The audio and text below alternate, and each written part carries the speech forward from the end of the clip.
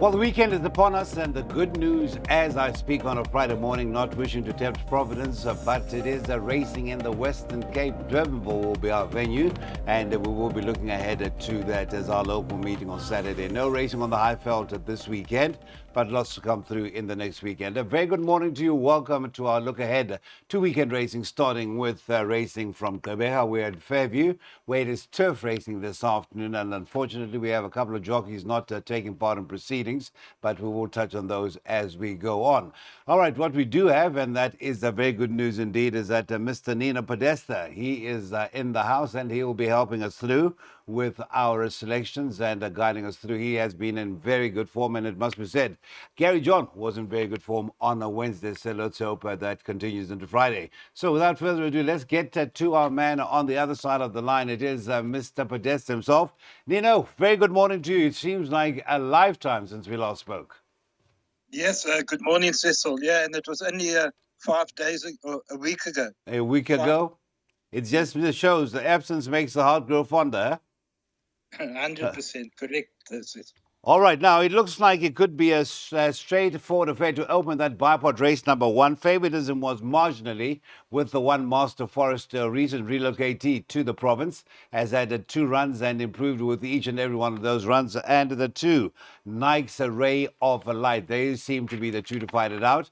And you've got a well-bred first-timer, but I think over more ground. This is the brother to the Eastern Cape Derby winner, and that is Machete Man, that being the 7 Very Vava. Yeah, good morning, Cecil. I don't know anything about the first-timers, but out of the race runners, I believe that it's a boat race between 1 and 2. Even though the 1 is my first choice, you got to remember that number 2, Nike's Ray of Light, ran a quarter of a length behind Thread of Life with a slipped saddle. So that's going to get much closer. An absolute boat race for me of the form runners, and I've put both in the bipod. I've put 1 and 2 in. Thank you so much. So 1 and 2, that gets the bipod underway. It has a banker coming up next, and that is where we head to race 2. That outlay, 180 Rand, race 1, 1240.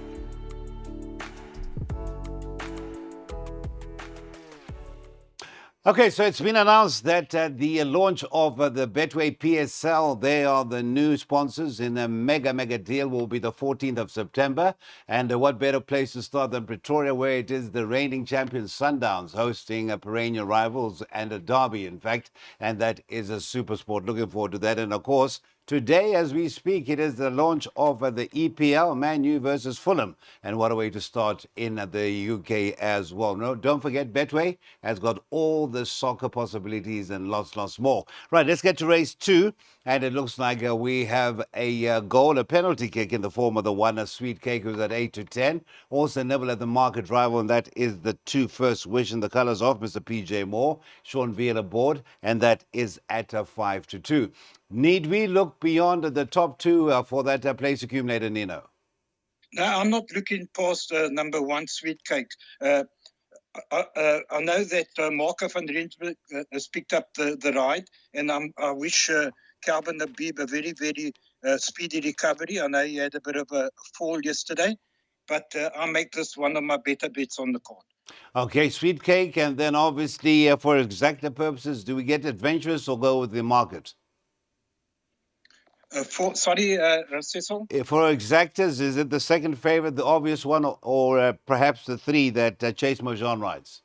Yeah, I would put both. I would banker 1 and box 2 and 3 in the exact.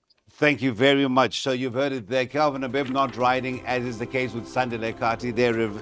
All their replacements have been announced. Let's get to race 3 up next, and that'll be the first leg of the Pick 6.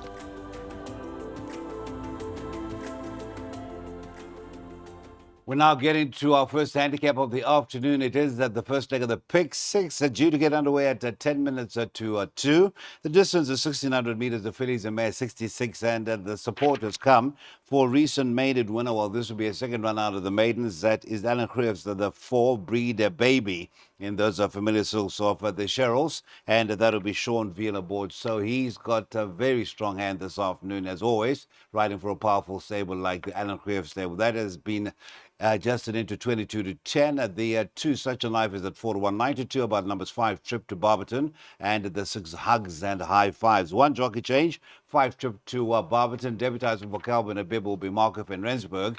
As rightly pointed out by Nina, Marco is taking up the engagements vacated by the indisposed Mr. Habib. Right, let's get to that pick six. And what do we do? Well, the money coming in for Breeder Baby, that is certainly quite eye-catching.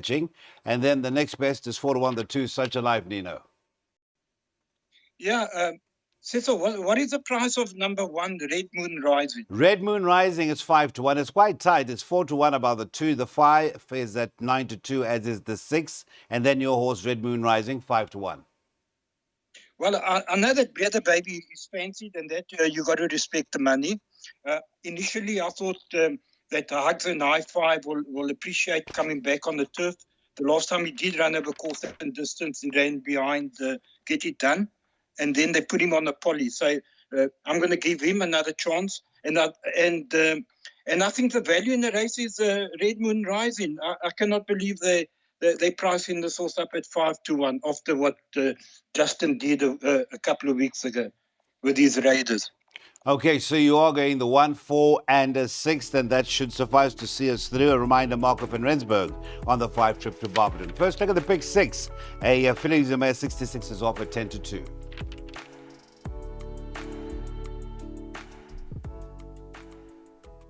On we go to the first jackpot of the afternoon, and again another chance to remind you of that $1 million jackpot that is accessible on a Betway. All you have to do is choose 8 winners.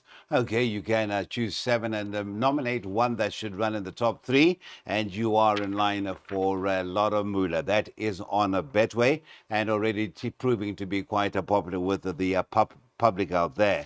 Right, what is an unpopular horse for me, Nino, is the 3 October Fair. I'll be coming to you after the betting, but the 2 Destiny's Angels set to make it 3 in a row according to the markets. 28 to 10, the 7 Spec Magic 4 to 1, 3 October Fair 9 to 2, 11 to 2, the 8 Gunsmoke 13 to 2, the 1 Single File, 8s and better. Right, what is not too popular with me, Nino, is October Fair.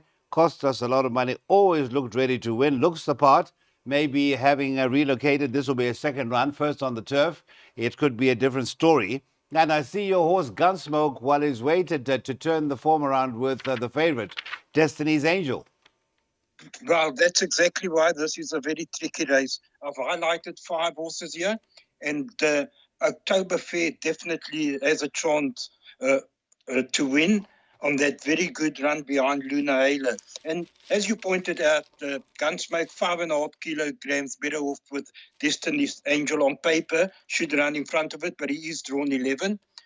Spec Magic is running against Destiny's Angel on the same weight term. It shouldn't be able to beat Destiny's Angel. And then you got this horse, Murta, who is a headstrong horse. If he goes down to the start nice and quietly and doesn't perform at the gates, goes into the stalls, he could cause an upset back on turf. So for me, I've gone 2, 3, 6, 7, and 8 in all my bets. Yeah, Meta, you've just got to be careful. It's a horse that flatters to deceive sometimes, but I'm sure those wins will be forthcoming. That's race 4, first leg of Jackpot 1 off at 25 past 2.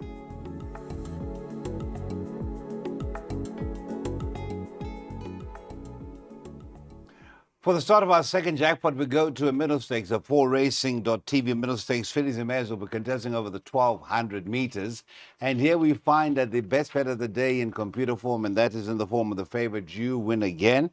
In those famous also Mr. Bernard Cantor in partner with the Eustace. They'll be looking for that 5th win from 12 outings. Now, as far as betting is concerned, race number 5, the favoritism is still with number 6, and that is at 15 to 10. Never at the 3, Mythical Dream. Please note now, chance right for Marco van Rensburg. 13 to 5 has been shortened in to 5 to 2. 9 to 2, the 7, Symbol of Love. It is 11 to 2 and better bar those. Now, my only worry, I don't know what where your loyalties lie, Mr. Podesta, is that the 3 wins that You Win Again brings into the race on the back-to-back have been on the poly track. Does that in any way sway you, or you are definitely not going to be moved by that? I think you is effective on turf as on poly.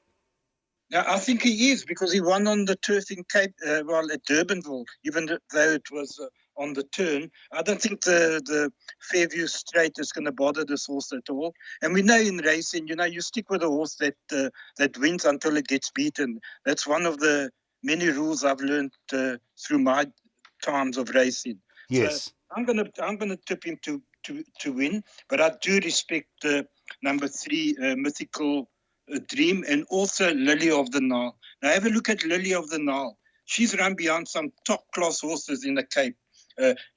Just look at the names of Winter Cloud, Riskova, and Tower of the Comet. Leshue, correct. And I think she'll be effective over the 12 as well. So you win again. My first choice to win, but I do respect Lily of the Nile and Mythical Dream, and I'm going to put all 3 in my bets. Okay, and it's an inexpensive jackpot of just 36 Rand. Please be reminded that race number 5 gets underway at 3 o'clock.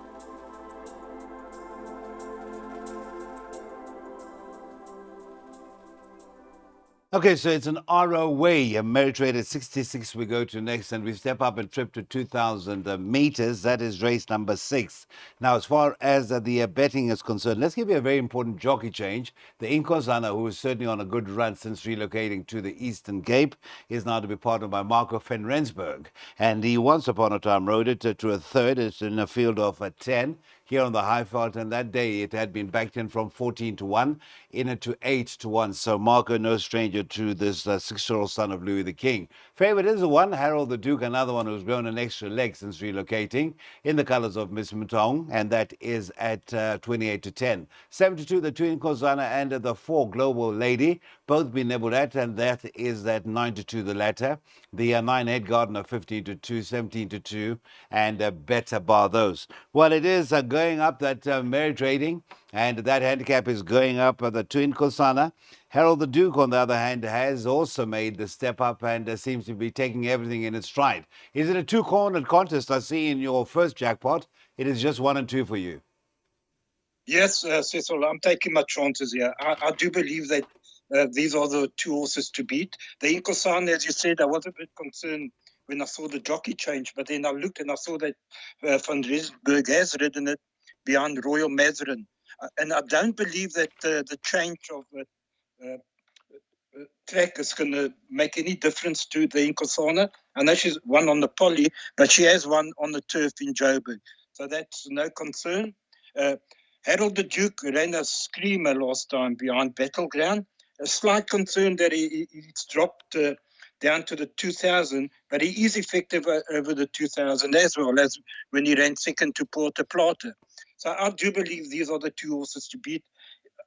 If they get beat, I wouldn't know what to go for then. I'll be going out. But maybe have a look at a horse like Ellis Island, and maybe Caramel Fudge could improve over the longer distance. But I'm going all out 1 and 2.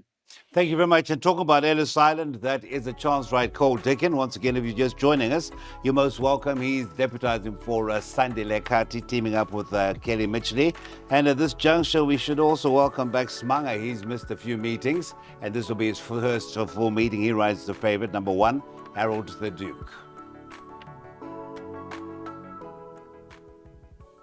Just another chance to remind you guys out there, there's a lot of money to be made from soccer this year. Not only will the clubs benefit from the new deal with the Betway, that is the PSL, but overseas with the leagues starting, new squads and new players come in, that is the place to be. And Betway, well, certainly is gaining a popularity as one of the better soccer platforms to get involved in. So that is starting from today. Man United Fulham, that's the first of the new season. Now let's get to race 7, and this is certainly a mouth-watering contest. A merit rated 96 handicap, and they'll be going over the 1,400 meters. Now we've got a jockey change called Dickon on the 2 Mount Anderson, and Marco van Rensburg, he's riding a horse that we liked first time out, although it was too short. But today is the more of an ideal. Triple touch on that with Nino. The favoritism in race number 7 Who is that? That is going to be for the Mauritian, who's been nibbled into 5-2, 3-1, the 3 Sequoia. Number 10, prevalence is at 33-10, 9-2, the 8 El Rey Vienne. That's where I stop. El Rey Vienne had a nice pipe opener last time out. We spoke, Mr. Podesta.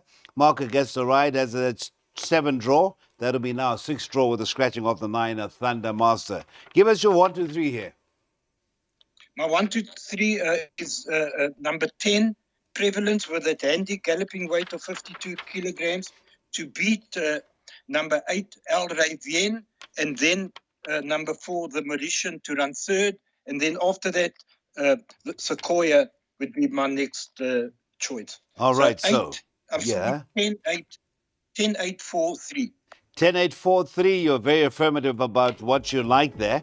And that will be the 7th, the first leg of the last double. There's Nino's double. The numbers he's mentioned make up that first leg. And it's only 6 rand for the full unit. So it could be a very nice way to get into Saturday racing. That is February Racing and race 7.